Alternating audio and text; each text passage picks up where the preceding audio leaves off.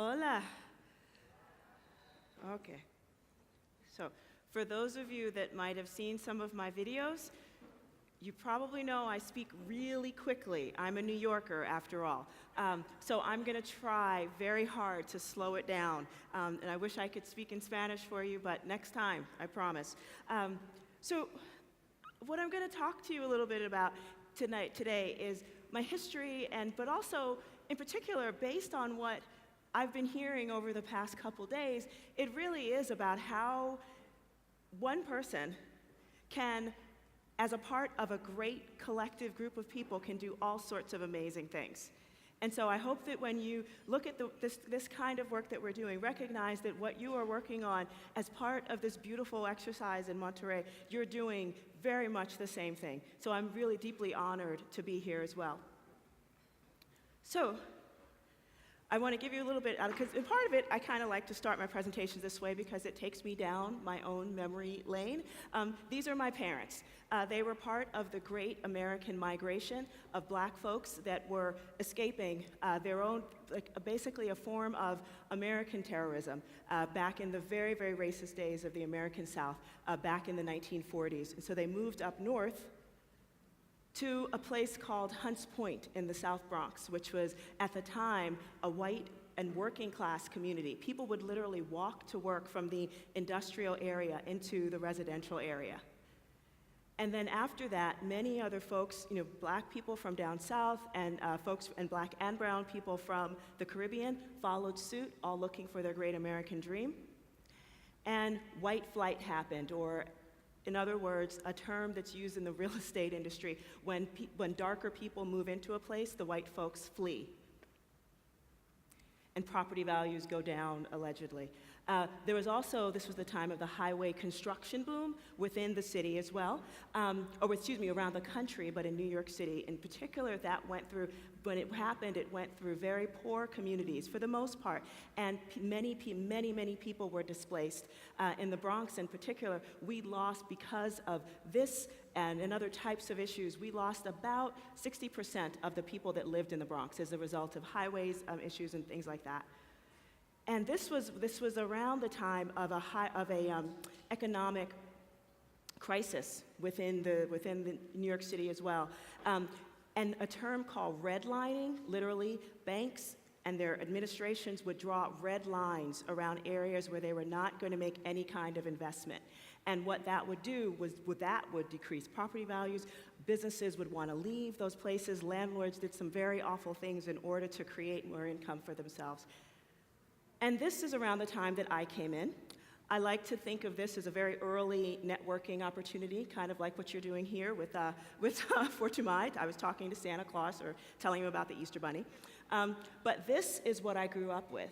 So in addition to the highway construction boom happening, or us dealing with the impact of it, landlords, because the financial crisis in our country was so bad and they couldn't make investments in their communities as well, what they were doing was paying people to commit arson for them. So because it was easier for them to collect insurance money than it was for them to find investments in their businesses or the buildings that they own. So this is what I grew up with, seeing this kind of financial crisis play out on the streets of my community. So these kind of buildings were literally within blocks of my house. But these were very much our playgrounds. We didn't have much else at that time. The school system in our country was pretty, and especially in New York City, was broke. We had very little money, so things like playgrounds and music programs were literally being taken out of the school. So these were the places where we played.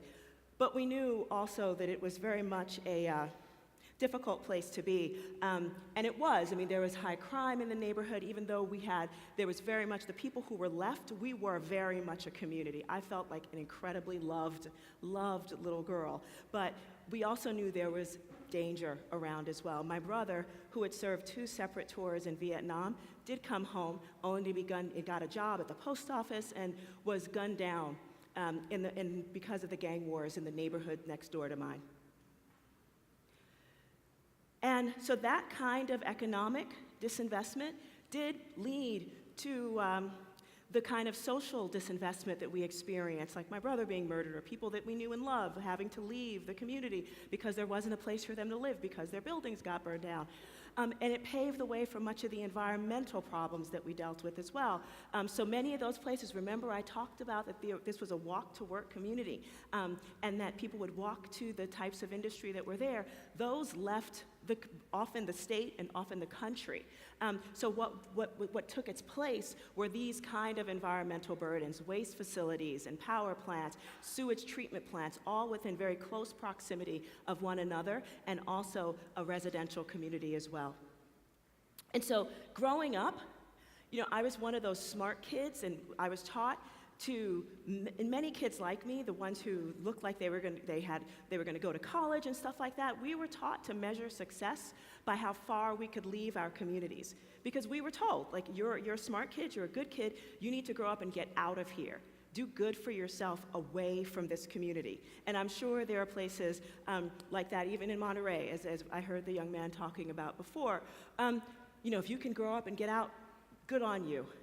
And so for us, and for me in particular, that's what I did. When my brother was killed when I was 7 years old, that was one of the turning points for me when I realized I am getting out of here and I'm going to use education to get out.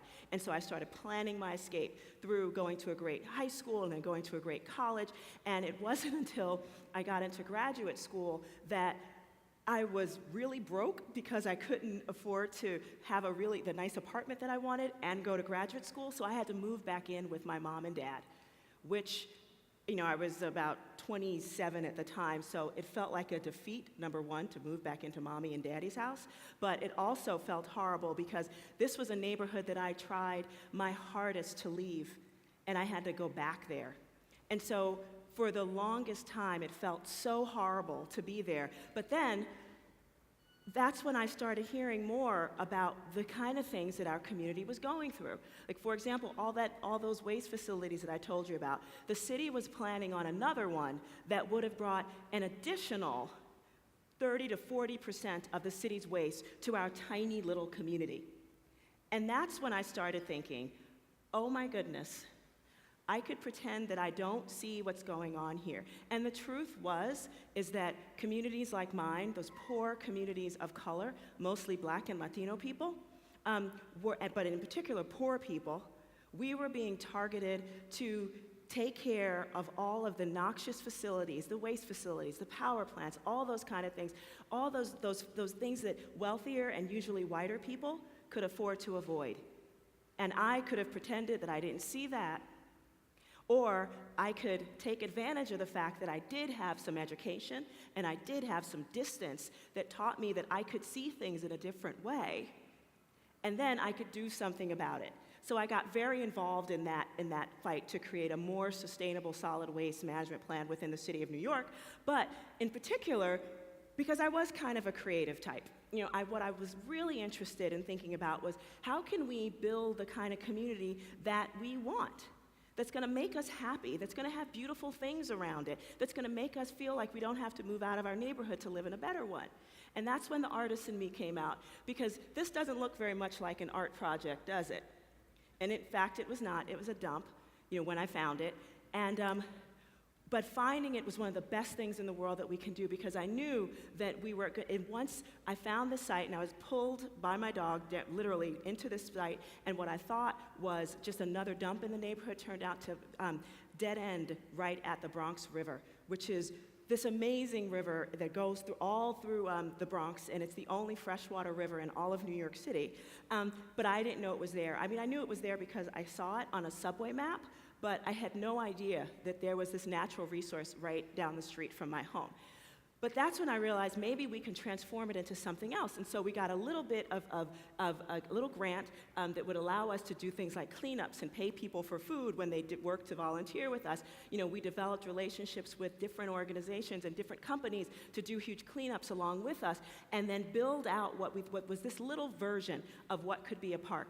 in our neighborhood. And it turns out it was a lovely park, and it was great and all, but most of the folks in our community, because we hadn't had parks in our neighborhood for so many years, and actually this was the first waterfront park our neighborhood had had in more than 60 years because there was so much industry that was built up around the waterfront, we had to come up and think of ways to get people down to the waterfront, to remind them that we do, in fact, we are a waterfront community. So we started doing things like boat building programs and environmental stewardship and restoration programs that allowed people to see the water and experience it and experience each other in this really beautiful way.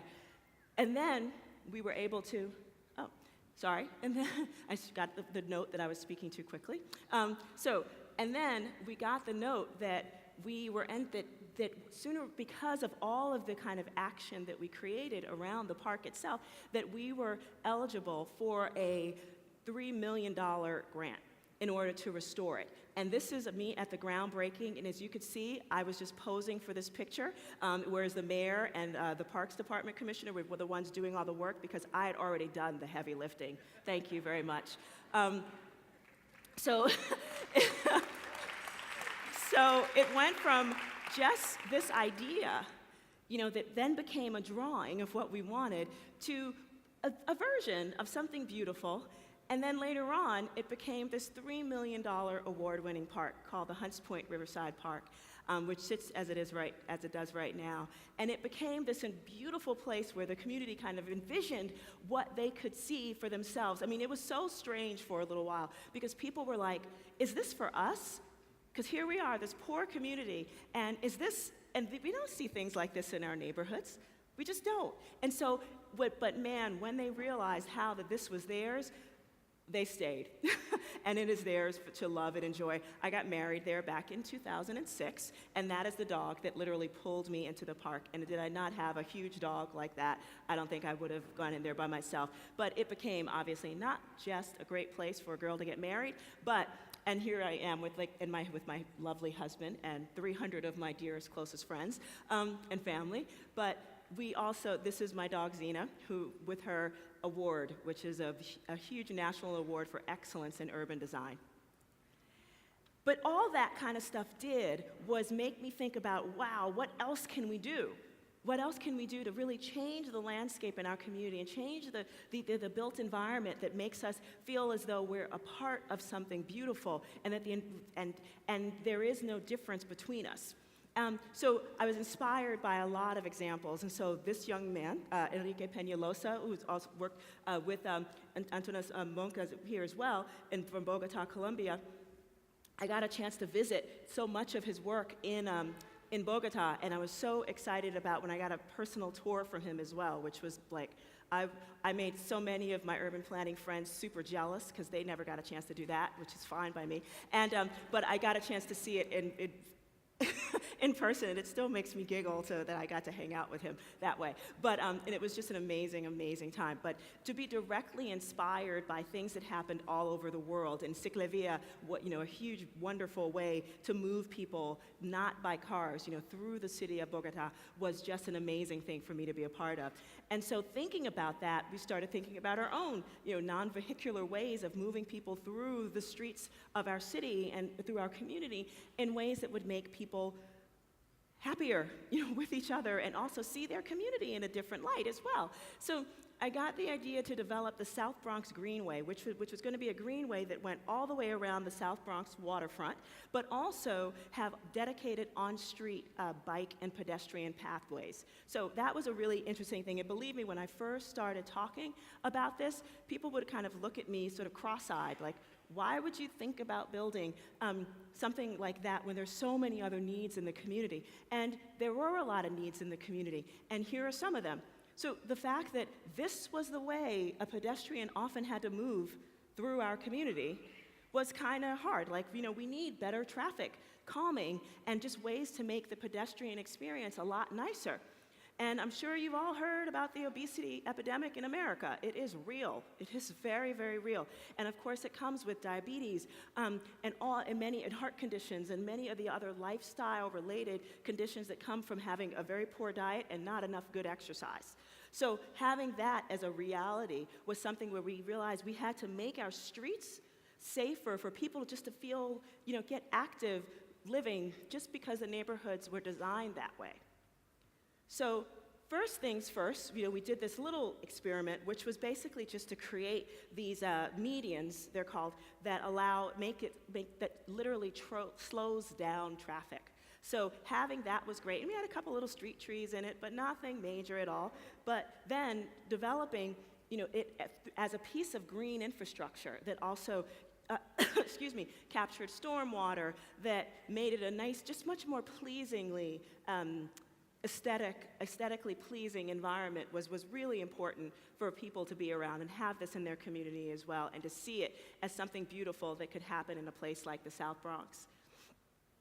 And we also were able to do this on some of the major streets as well. And again, having that kind of view out your window when there was nothing there before was a big deal. And also, last but definitely not least, because a greenway is just a linear path, so it's a little skinny kind of thing, but what greenways can do is connect communities to much larger parks. This path, once it's done, is going to connect our South Bronx Greenway to a 450 square acre park called Randall's Island. And so this is going to allow us to get there. And they're building it as we speak, so hopefully this fall we'll be able to see it as well. So we were able to do a bunch of this work around the built environment, in particular around the natural landscape. But then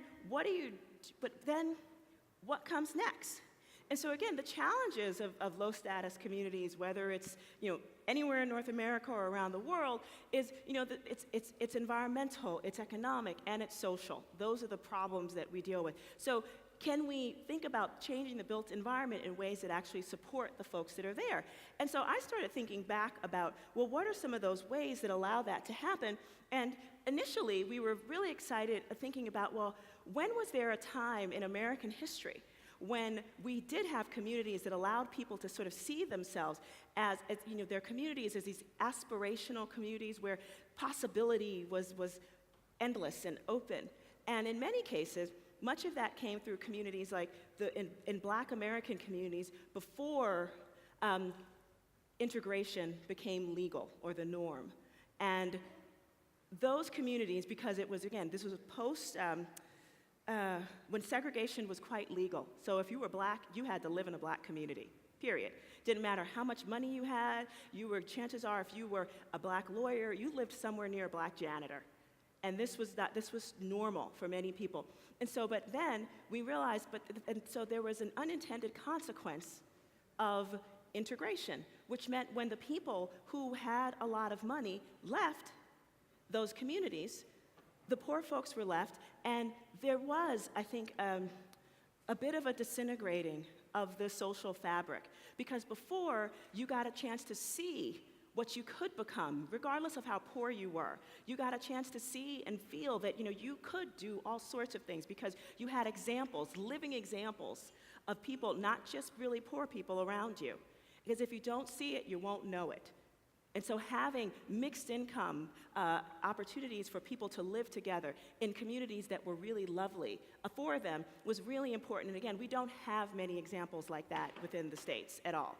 So, but we do have a lot of examples of what we see there are only two kinds of real estate development in low-income communities that I've identified.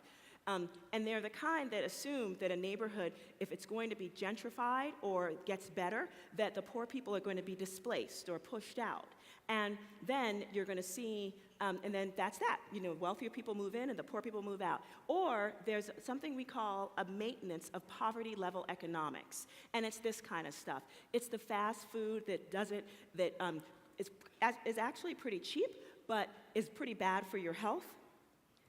It's the kind of low-grade economic developments that many people actually don't go to within the neighborhood, but leave the neighborhood to experience.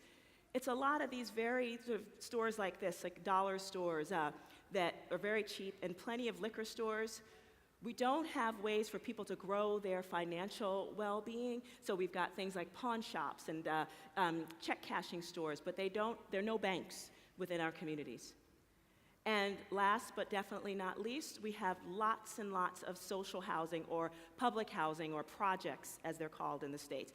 And usually they're considered these high crime areas, Everybody is very, very poor. They're subsidized by the government, and there's absolutely no reason for anybody except a very poor person to live anywhere near or around this area.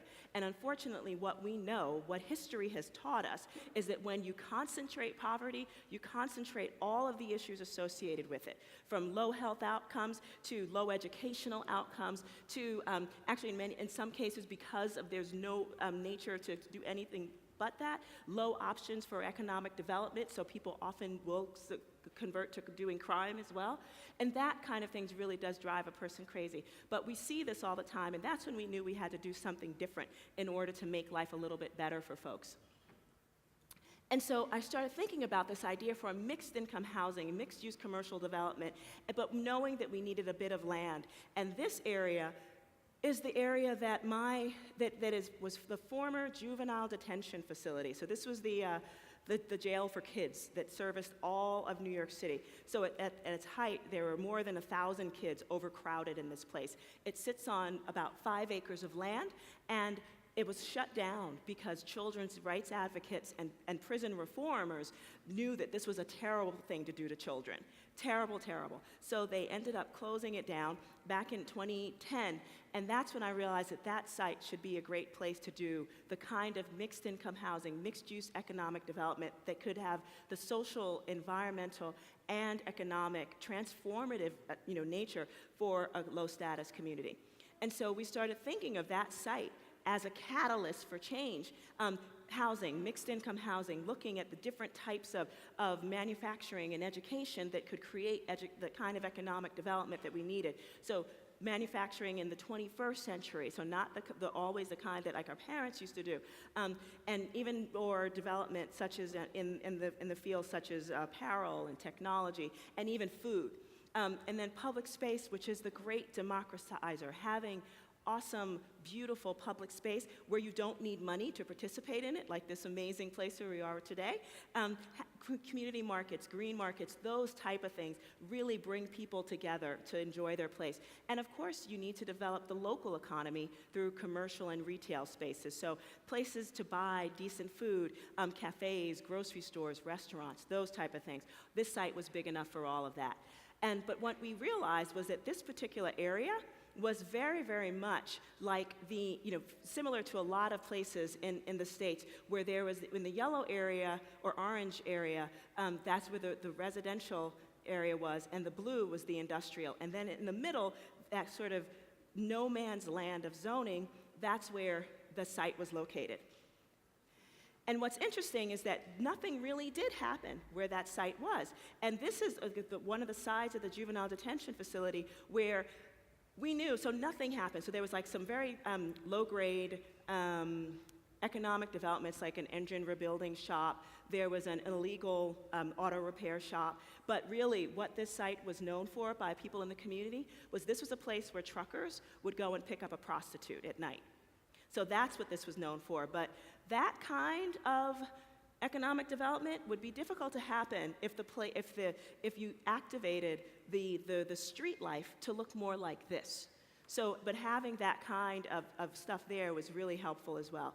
But we wanted to think about this not as just having like a great project in the middle of this kind of messed up neighborhood, but that it would raise the bar for what would be known as economic development and real estate development in low status communities around New York City. And just imagine how different it would be if we saw this kind of stuff instead of just sort of like nothing going on there. And we just made sure that we kept people thinking about this site as a great place. We did an international design competition with a company called Autodesk, a software company called Autodesk, and these architectural students did these really interesting plans for what the site could eventually look like. And it really just helped inspire the community, and I think also the city as well, because they just put the site up to ask people to redevelop it, and we're competing to redevelop the site as well. So we're very excited about that. But we also want to make sure that we're including the people that are in the local community to stay a part of its development. So not just get displaced and pushed out when the neighborhood starts to get better, but how are we encouraging them to stay in the redevelopment deals that are going to happen? And in many poor communities, what happens is people who do own land just sell it right away, the second somebody comes to them and offers them cash. And so what we're trying to do right now is develop the fund so that we can work with the owners of these properties like this and support them to stay in the redevelopment deals that are about to happen, so they don't have to sell their land, but they still get compensated for it, but then they get to stay as the neighborhood starts to get better, and they also participate as the neighborhood gets economically better. Like, this will probably give a lot more money than just an auto glass shop like was on the site like this before. And so the other thing that we're really interested in thinking about are what are the economic drivers within any community. And in particular, so we needed to think about, well, what is one of the things that really make people, especially in low status communities where you have a lot of people that haven't had a tremendous amount of support to participate in economic progress or booms because they haven't had the access through their own networks, or maybe they don't have the education. And so we started to think about, well, let's think of an economic boom where there was a time when this kind of thing happened and supported low status communities. And so back in the days of the railroads, when they first started coming around nationally and internationally, it was like the internet of its time in terms of different types of businesses being created and money being made. And the lowest level of people that were in that railroad boom economy were the Pullman porters. They were all black men, mostly from the South, but they were from all over the United States. And they were basically like the janitors or the porters. They cleaned, they waited tables on the railroads. And because they were black during a time when America's policies were hateful toward black people, they were considered the lowest lows of that part of the economy. But interestingly enough, they were also, like, if we were thinking of the railroad as the internet economy of the day, these men were kind of like the web browsers. They traveled all over the world, all over the country, north and all over North America, on the railroads, and they brought money and ideas and well-being back to the communities that they came from. And it was because of these men, they were considered like the beginning of the civil rights movement in America. Actually, some of the organizations that were started as a result of these men brought about the civil rights legislation that made life better for people like me. So for that, I'm incredibly happy. But if we think about them, we needed, as we thought about technology today, what's the internet? I mean, what is that position that could be that the Pullman Porters was for the civil rights movement coming forward? And in technology, we started to think about, well, because when many people talk about technology in America and poor and low status communities, all they talk about is access to the internet, for the most part. It's like, oh, if poor communities just had access to the internet, everything would just be fine. And actually, that's not true, because many low-income communities have access to the internet, mostly through smartphones, but they have it. So, but the real digital divide, and what keeps people from moving forward and participating in the tech economy, is this. Are they simply consumers of technology, or are they producing it? And if you're coming from a low-status community, you're probably just consuming it. This is a photo taken from waiting at the line in front of a Mac store, when someone's they're selling the new iPhone or something. Mostly black and brown people have waited overnight to get that daggone phone. I don't understand it, but that's what people do. But we also know, as we're thinking about this, how do we get people to participate more strongly in the tech world, knowing that what we know is that everybody wants everything to work on every device they've ever had, no matter how old or new it is. And we also know that America, the dominance that we once had educationally, we don't have that anymore. I mean, on a good day, if about half of the folks graduate from high school, we're happy. We're really, really happy. And America is also becoming way more diverse. Where I'm from, in the New York City area, we've had, we were no longer a majority white back in 2011. And most of the country is going to go that way by 2040. So we've got a very diverse population, very internet savvy, but not necessarily educationally prepared to participate in the workforce. So we started a group called Startup Box, and Startup Box, our goal is designed to get people who are from low-status communities into the tech economy. And one of the things that we knew we had to do was get people jobs within it. And even if they did have low educational experience, even if they didn't have access into networks that were going to get them their next job, they didn't have computer science or engineering degrees, but we knew that there had to be something out there that could give people a way up, a career ladder, so to speak, so that they could climb up on themselves. Once they had a base foundation of building, then they could move up in some other way. And so one of the things that we discovered was software testing. And so the same way when you write a book or a great article, you generally often have an editor who makes sure that what was in your head came out on paper in a way that makes sense to the public.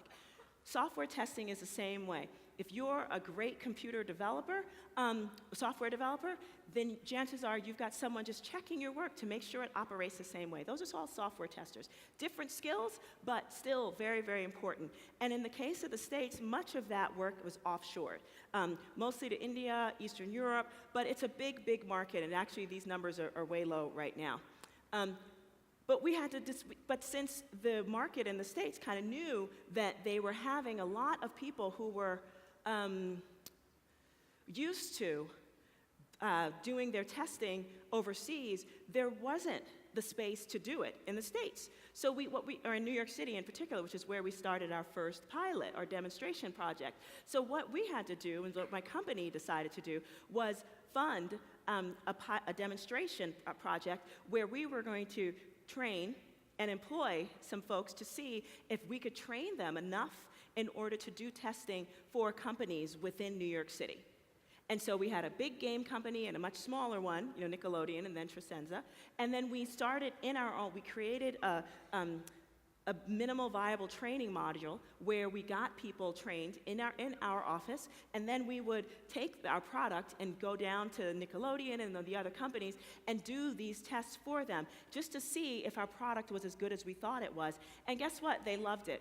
And so did our team members who appreciated the work. But more importantly, what we started to understand was that this not exactly a silver bullet, not a way to solve all problems, but absolutely a way to take jobs that were currently offshored and bring some of them back to low-status communities so that they could be a part of their own economic recovery. And so we decided to open up a storefront or a little facility within the main commercial strip in our community. So we got these two little storefronts. One was our actual workspace, and now we're working on developing a Wi-Fi cafe because people who do tech, I'm sure you all know, really like coffee. So we're opening that up as another kind of economic development. And we were able to put people to work almost immediately, which we start after we did about a year's worth of market research to make sure that we had a great product. And we knew that we were doing really well when companies were saying things like, wow, you're in my same time zone. Great, you've got the same cultural competencies that I need. You are our market. So having, folks that look like this, that are from our communities, black and brown people, that the community identifies with, we kept our big open windows so people could see basically themselves when they looked in through the window, and understand that tech happens in communities like ours, which no one really thought it did. We hosted gaming tournaments as a way to introduce ourselves to the community and also to search for clients, because some of our clients are gaming companies as well. So this was a way to just make ourselves into the kind of thing that the community wanted to keep in our community, but it also helped build community in a really beautiful, tremendous way. And so we were able to do this, and we also knew that this was a way, and again, building community is something that we do, and it also helped us on developing better relationships with the police. And I don't know if any of you have heard, but America is having a pretty big issue with, black and brown communities and the police that serve them. So this was right after a particularly notorious case. Eric Garner, who in another part of New York City was killed by police in a really tragic, awful way, and the police got off completely, not charged. And so a lot of places around the city, it was just very, very tense. Instead, what we did was we hosted a gaming tournament as a way to kind of get both the community and the police together to make sure that we were all, on the same page. And it was an amazing event. Granted, we did a Call of Duty tournament. I don't know how many gamers are in the room, but, you shoot each other. But we felt that it was much better that we were shooting each other virtually rather than with real guns. And we did notice that, and we were told by the precinct that our precinct was actually the only one in the general area that did not show an increase in community and police conflicts. So I think that was actually saying something that we're really proud of. Yeah, just getting people together. Imagine that. I think you know. So having all that was just a really tremendous way to show that what we do. And again, we do games, we do lots of other stuff. But our very first client was the city of New York. The company that they hired to do a website for them that was dedicated to the startup and entrepreneurial community in New York City needed a lot of work. So we did the testing for it, and this was my team that did it. And so when they launched the site, we was at this great big tech center down in Brooklyn, which is part of like the tech eco epicenter in New York City. And so it was just play this out for me. So we walk into this room. This is my team, and that's the mayor in the middle, the tall guy. And so we walk into this room, and it's like 200 people and us, and almost everybody else is a white guy in a suit. And then there's us. And my team, and we do have some young men who, and a lot of police, because the mayor was there, so there's always a lot of police when there's mayors there. And so some of my team were just like, I don't belong here. I absolutely don't belong. And they found seats, they sat down, they refused to move, even though there was really good, tasty food to be had and lots of interesting people to talk to. They were like, no, I don't belong here. But after we saw the demonstration of the website, and they realized that mess of a website that they got in their hands, that they were required to fix, that it was good because of them. You watch them, their shoulders went back and their necks kind of came up, and they were like, and the guy standing next to me with the big red afro said to me, Majora, I think the mayor should have his picture taken with us. Which is very different from, could we have our picture taken with the mayor? Like, yes, the mayor should have his picture taken with us. So that is our picture. And some of you might wonder why this whole Pullman Porter thing kind of came up at the top of my talk. It's because my dad was a Pullman Porter. And he was one of those folks, one of those black men, who to provide for his family did everything that he had to do in order to make it happen. This is him in a break room on the train way back in the day, and went through just maybe a couple years of grade school at that. And this is the two of us at my college graduation, many, many, many, many years ago. And so I'd like to think that after all this, I feel like I'm following in his footsteps to make sure that we're creating the kind of infrastructure, economic infrastructure, that other people are going to benefit from. So I hope he's proud of me. But with that, when you think about this quote, one of the greatest human rights workers of our time, probably for the rest of history. This is one of my favorite quotes that he has ever said, that kind of impatience that we need to have in order to impact the world that we live in, that tells you that, yes, you should be annoyed at things that aren't changing, and that, yes, you can do something about it. I don't care how little you think your little interventions are. They don't have to be big things, because guess what? When enough of you think they are big, they will become that.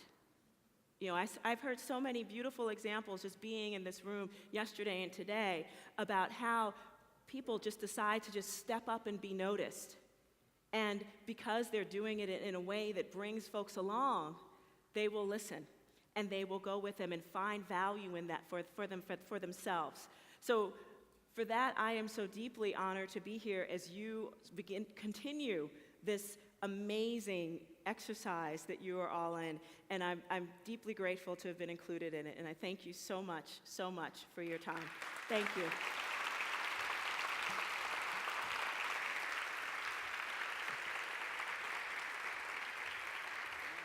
Oh, I am? Oh, okay. Ok. Si me pueden poner el tiempo para las preguntas y respuestas. We'll do it in English. Oh, you will? Okay, sure, okay. Bien, la misma mecánica, si tienen preguntas, tenemos tiempo para atenderlas, nada más escríbanlas y pásenlas a los costados. Ok, so, la primera la escribieron en inglés. Usually we see more men involved in urban projects. What do you think is the importance of women designing and creating public spaces? Well, it depends, because at the grassroots level, there's almost always more women. On the more professional design level, I'd actually say it's kind of equal, but it's mostly men that get the attention. So, many of my inspirations, I've had many inspirations, male and female, but they're certainly out there, and I think we haven't done a very good job at identifying and lifting up the women that are doing fantastic work out there at many different urban planning levels. Okay, next question. How do you face the risk of gentrification once you restore a neighborhood, and how do you make those benefits long-lasting for poor communities? Okay. The examples of bringing in a tech company and sort of setting the stage for the kind of real estate development that actively encourages a kind of aspirational community that has mixed income housing, mixed use commercial development. That is us attempting to harness the power of gentrification, because I believe that poor people like nice things too. You know, when a neighborhood gets better, the schools get better, the public spaces get better, the economic development gets better. And why should we deny poor people that? That's what makes communities better. That's what makes the entire economic landscape of our cities better. And so by not doing that, I think we're shooting ourselves in the foot as leaders within municipalities. And that is something that we're going to have to take more notice of, otherwise we're going to continue to concentrate poverty or create more gentrified and thus displaced communities. There is a much more creative way to do this. Okay, thank you. Majora, next question. What's your opinion on equity crowdfunding? How can it work? And are there risks involved for the community? You know what, I'm actually just learning about this. I like what I've seen so far. It does make sense that there could be opportunities for people, regardless of how little they put in, to have an active stake within the developments within a community. And so, in short, I think it's a great idea, but I'm also sure that the devil's in the details, which I'm sure I don't know about them all at this point. But I'm hopeful about it, I really am. Somebody asks, so how did you manage to get people interested in the project in the first place?